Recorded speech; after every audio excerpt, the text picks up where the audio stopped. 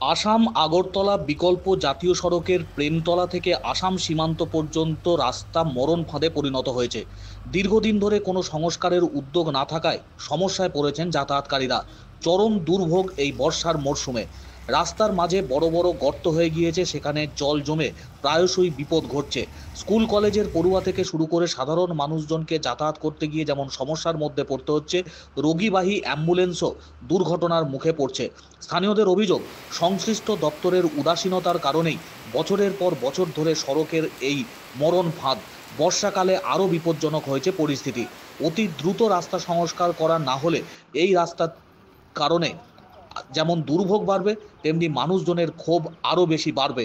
অবিলম্বে রাস্তা সংস্কারের দাবিতে সরব হচ্ছেন এলাকার বাসিন্দারা।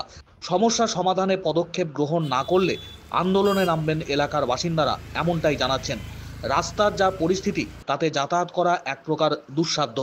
বর্ষার মরশুমে জল জমে কোথায় রাস্তায় গর্ত তা বুঝতেই পারছেন না যাতায়াতকারীরা।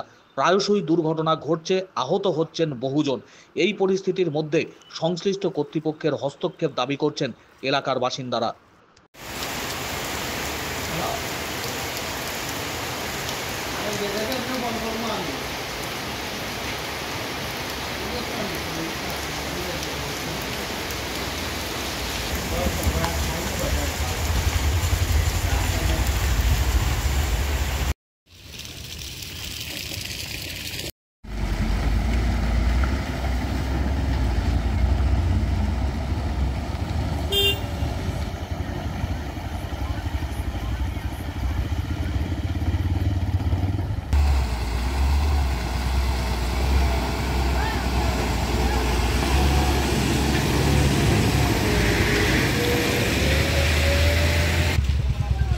তাকিয়া কুর্তি যাওয়ার রাস্তা প্রেমতলা থেকে 1 কিলোমিটার হইতো না। এই রাস্তাটা দীর্ঘদিন থাকি রাস্তায় খুব বুগার মানুষরে রাস্তা এটা গর্ত হয়েছে প্রচুর পরিমাণে। ফোনটা তারে কাজ করছে করিয়া মানুষের দোকানের সামনা মাটি সাটি খাটিয়া ফিয়াছে করিয়া ডেইন দিত করিয়া ডেইন দিছে না অর্ধে করছে করিয়া হয়েছে। আর এটা যে বড় বড় গাছ হয়েছে 2-3 দিন টুকটুকি অ্যাক্সিডেন্ট হয়েছে।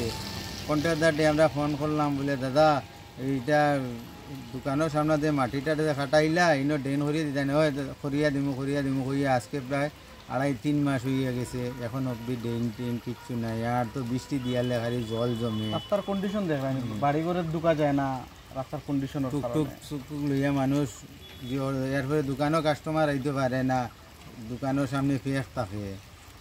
তারারে খুইল আরে কর্ম কাজ কর্ম খুইয়া তো করে না। কাজ পড়িয়া গেছে, দেখুন ওই কাজের কোয়ালিটিটা দেখুন।